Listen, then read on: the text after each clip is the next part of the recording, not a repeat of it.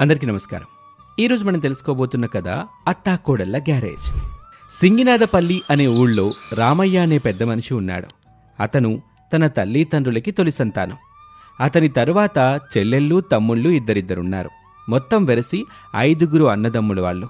సాధారణంగా ఇంటి పెద్ద కొడుక్కి త్వరగా బాధ్యతలు అబ్బుతాయి అంటారు. దానికి నిలువెత్తు నిదర్శనం ఈ పెద్ద మనిషే. అతనికి 19వ ఏటే భానుమతితో పెళ్లి జరిగిపోయింది. అదే సమయానికి ఒక చక్కటి ప్రభుత్వ ఉద్యోగం కూడా వచ్చింది. ఇక అది మొదలు అప్పటి వరకు అంతంత మాత్రంగా నడుస్తూ ఉన్న తన కుటుంబ బాధ్యతలని తన భుజాలకెత్తుకున్నాడు. తమ్ముళ్లని కోరినంత చదివించాడు.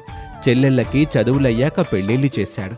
తల్లిదండ్రులు చనిపోవడంతో ఆ తరువాత ఆడపడుచుల పురుళ్ళు, మేనల్లుళ్ళు, మేనకోడళ్ల బారసాలలు, పుట్టినరోజు శారీ ఫంక్షన్లు, ఇలా ఇంటి పెద్ద కొడుకైనందుకు తన వంతున ఉన్న అన్ని బాధ్యతల్ని అతను నెరవేరుస్తూనే ఉన్నాడు. ఇప్పుడు రామయ్య రిటైర్ అయిపోయి ఇంటి పట్టున ఉంటున్నాడు. అతని కొడుకు వేణు, కోడలు బుజ్జమ్మతో ఆ సంసారం చాలా చక్కగా సాగిపోతుంది. ఒకసారి భానుమతి కోడలు బుజ్జమ్మ అత్తగారి గదిలోకొచ్చి, అత్తమ్మా, మావయ్య గారు పొద్దుననగా వెళ్లారు. టిఫిన్ తిని వెళ్ళమంటే కూడా తినకుండా వెళ్లారు. ఎక్కడైనా టిఫిన్ చేసుంటారంటారా? ఉదయం వేసుకోవాల్సిన టాబ్లెట్స్ కూడా ఉన్నాయి కదా మావయ్యకి. మీ మావయ్య గురించి నాకేం చెప్పకమ్మా. 40 ఏళ్ల నుండి ఆ మనిషికి చెప్పి చెప్పి ఈసిగిపోయాను నేను. అరే, ఎంతసేపు చెల్లెళ్ళు తమ్ముళ్ళు వాళ్ళ ధ్యాసేనా? ఆయనకి ఎన్నిసార్లు చెప్పాను, మీకు చెల్లెళ్ళు తమ్ముళ్ళు అయితే అవ్వొచ్చండి. ఇప్పుడు వాళ్ళు కూడా మీలాగే పెద్దవాళ్ళయ్యి తమ పిల్లలకు కూడా పెళ్లిళ్ళు చేసేశారు. బాధ్యతలు తీర్చుకొని వాళ్ళు కూడా మీలాగే రిటైర్మెంట్ వయసుకు వచ్చిన వాళ్లే. ఇక వాళ్ళ బాగోగులు మీరు పట్టించుకునేదేంటి అని. అయినా గాని వింటేనా ఆ మనిషి? అదంతా మావయ్య గారి మంచితనం అత్తమ్మా. అలా అంటారేంటి? అవునమ్మా, మీ మావయ్య గారిది మంచితనం, ఈ కోడల గారిది దయ్యాగుణం. అందుకే ఆయన వెలగబెడుతున్నవి ఏవి ఈమె గారికి కనిపించవు. అరే, తోడబుట్టిన వాళ్ళని కొంతవరకు ఆదుకోవడం బాధ్యత. వాళ్ళ కాళ్ళ మీద వాళ్ళు నిలబడ్డాక కూడా వాళ్ళ వెనకాలే ఉంటూ వాళ్ళకి ఏవేం కావాలో చేయాలనుకోవడం బానిసత్వం. అది మీ మావయ్యకి అలవాటైపోయింది. అందుకే ఆయన రెండో చెల్లి మనవరాలి స్కూల్ సీటు రికమెండేషన్ల కోసమని ఈయన గారు తిరుగుతున్నాడు అంటూ 40 ఏళ్లుగా భర్త అతి మంచితనం వల్ల విసిగిపోయి అలసిపోవటంతో అలా అనేసింది ఆ భార్య.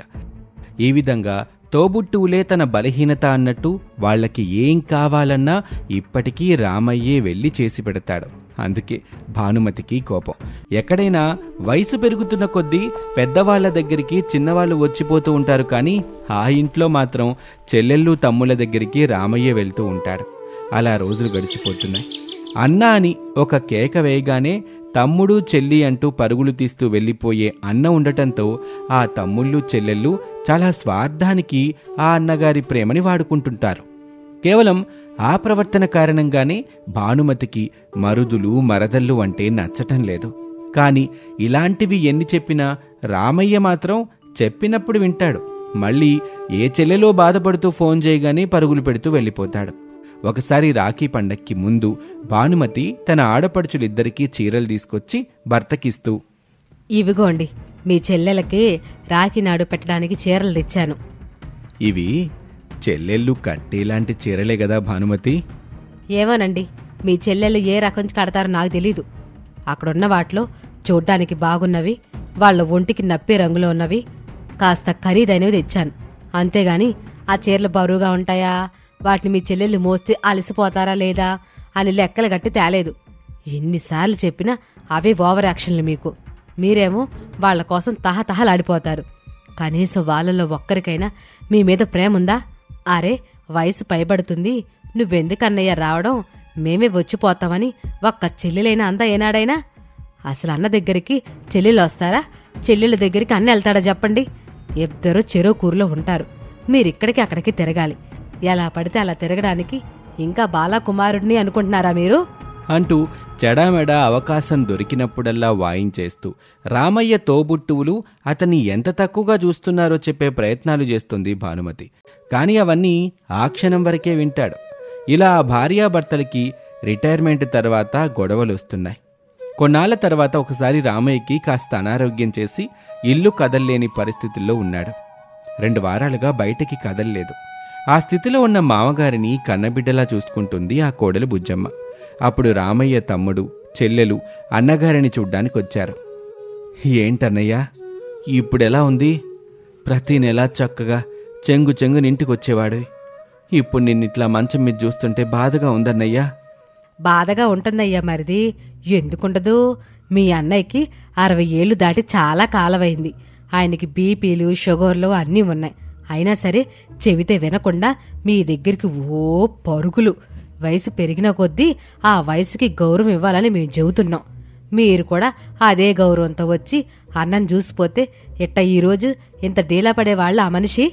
మళ్ళీ ఇప్పుడొచ్చి ఎందుకయ్యా ప్రేమలు అలకబోస్తున్నారు? ఆరోగ్యం బాలేదని తెలుసు కూడా అన్న దగ్గరికి బొట్టు చేతులతో వచ్చారు. అదయ్యా మీ ప్రేమ? నువ్వు ఊరుకో వదినా, ఇవన్నీ నువ్వు ఎప్పుడు అనేవే గదా. విని విని మాకు అలవాటైపోయింది. సరే, ఒకసారి నువ్వు అలా బయటికి వెళ్ళావంటే నేను అన్నయ్యతో ఒక మాట మాట్లాడాలి అనేసరికి భానుమతికి కోపం తన్నుకొచ్చింది. ఇన్నేళ్ల తర్వాత, ఇంత వయసు వచ్చాక తనకీ తన భర్తకీ మధ్య కొత్తగా రహస్యాలు నింపుతున్న ఆ మరిదిని చెడామెడా లెంపలు వాయించాలన్న ఉక్రోషము వచ్చింది. కాని భర్త మీద ఉన్న గౌరవంతో ఏమీ మాట్లాడకుండా అక్కడి నుంచి వెళ్ళిపోయింది. అలా అన్నని చూసుకోవడానికి వచ్చిన చెల్లెలు తమ్ముడు ఇద్దరు విడివిడిగా తమ అన్నగారితో ఏవో రహస్య మంతనాలు జరిపి సాయంత్రానికి జారుకున్నారు. అప్పుడు కోడలు మామగారి దగ్గరికి వచ్చి ఇలా అంటుంది. మావయ్య, టాబ్లెట్లు వేసుకున్నారు కదా? హా, వేసుకున్నానమ్మా. అయితే మీతో ఒక చిన్న విషయం మాట్లాడాలి మావయ్య. చెప్పమ్మా. మరేం లేదు మావయ్య, ఇందాక చిన్న మావయ్య, పెద్ద పిన్ని గారు వచ్చి మీతో విడిగా మాట్లాడి వెళ్ళడం నాకు నచ్చలేదు మావయ్య. అది కూడా మన అత్తయ్యని బయటకు పంపి అలా మాట్లాడమేనా పద్ధత? చెప్పండి. పాపం అత్తయ్య ఈ విషయంలో చాలా బాధపడుతున్నారు. అదా, మరేమీ లేదమ్మా. చిన్న మామయ్య కొడుకు లండన్ వెళ్ళాడు గదా, వాడికి అక్కడ ఉద్యోగంలో ఏదో ఇబ్బంది వచ్చిందంట. అది తీరాలంటే 15 లక్షలు అవసరం పడుతుందంట.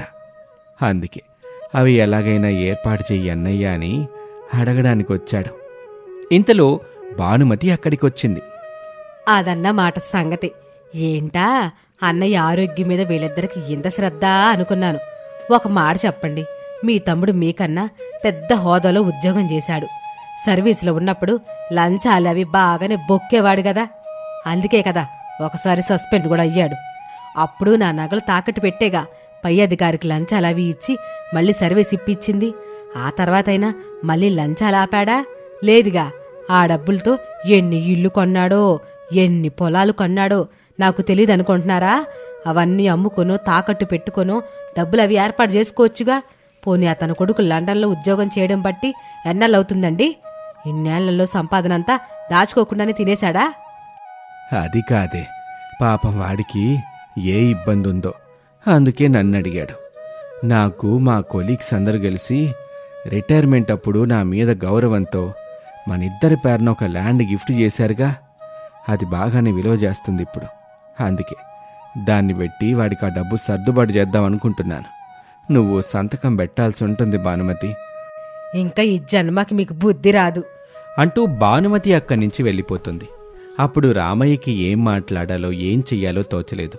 కోపంగా వెళ్ళిపోయిన అత్తగారి వెనకే కోడలు కూడా వెళ్ళింది. ఆమెను సముదాయించాలని, అత్తమ్మా, మీ బాధ నాకు అర్థమైంది. మనం ఎంత చెప్పినా మావయ్య గారికి తన తమ్ముళ్ళు చెల్లెళ్ళ విషయంలో ఉన్న జాలి ప్రేమ పోవు. వాళ్ళు కూడా కావాలని మావయ్య గారి ప్రేమని వాడుకుంటున్నారు. అందుకే నాకు ఒక ఐడియా వచ్చింది. మనం అలా చేశామంటే మావయ్యకి మీరంటే కాస్త భయం వస్తుంది.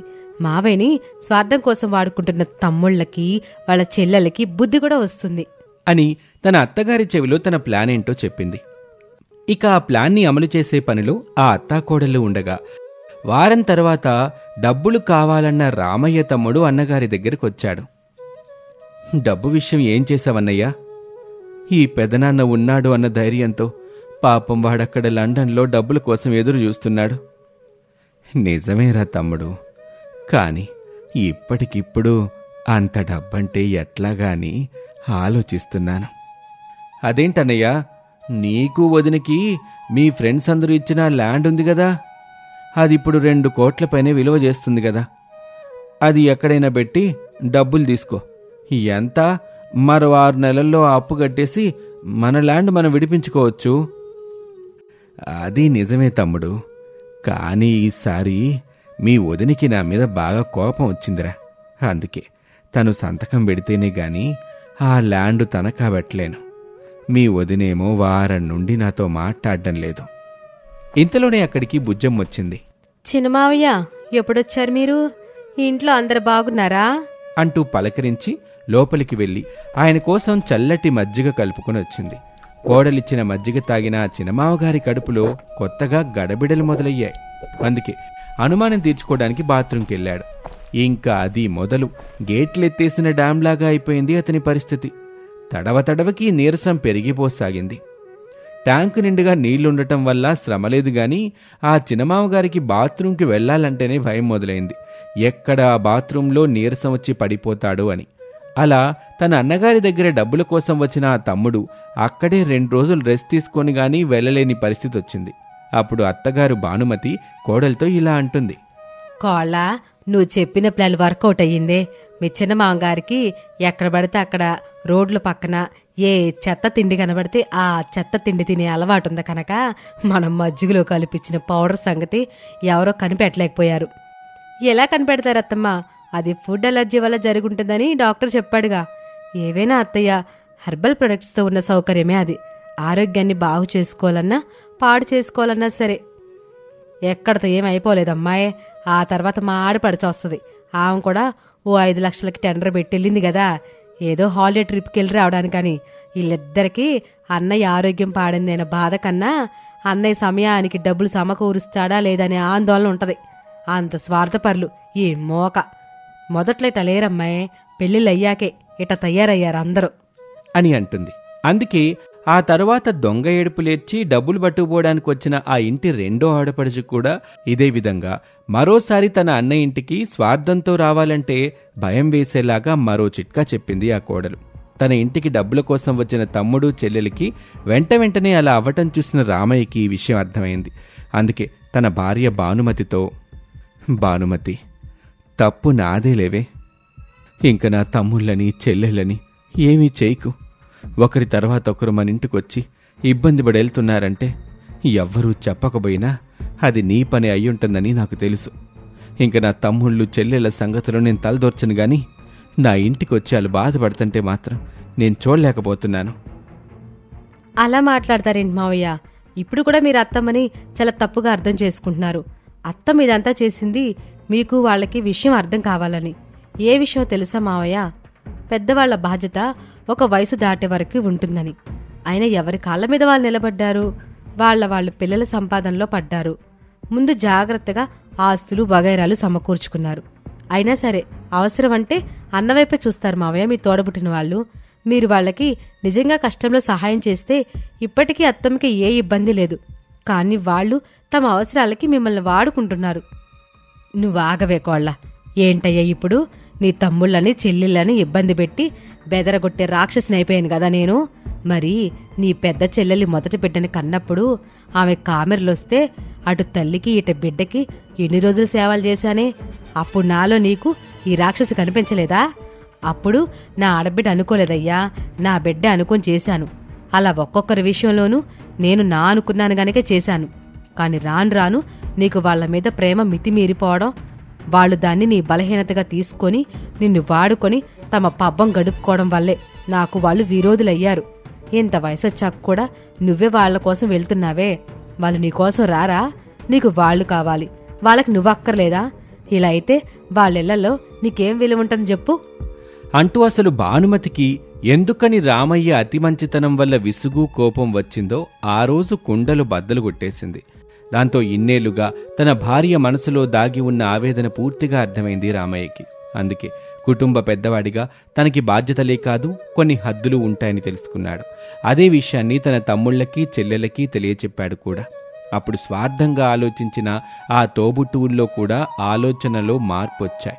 బంధుత్వాలు నిలుపుకోవటం అంటే ఇచ్చిపుచ్చుకుంటూ రాకపోకలు జరుగుతూ ఒకరికొకరు మానసికంగా ఆర్థికంగా సహాయపడుతూ ఉంటేనే ఆ బంధాలు ఆరోగ్యంగా ఉంటాయని వారు తెలుసుకున్నారు. ఇది వాల్టి కథ. మరొక ఆసక్తికర కథలో మళ్ళీ కలుద్దాం. అంతవరకు సెలవు. నమస్తే.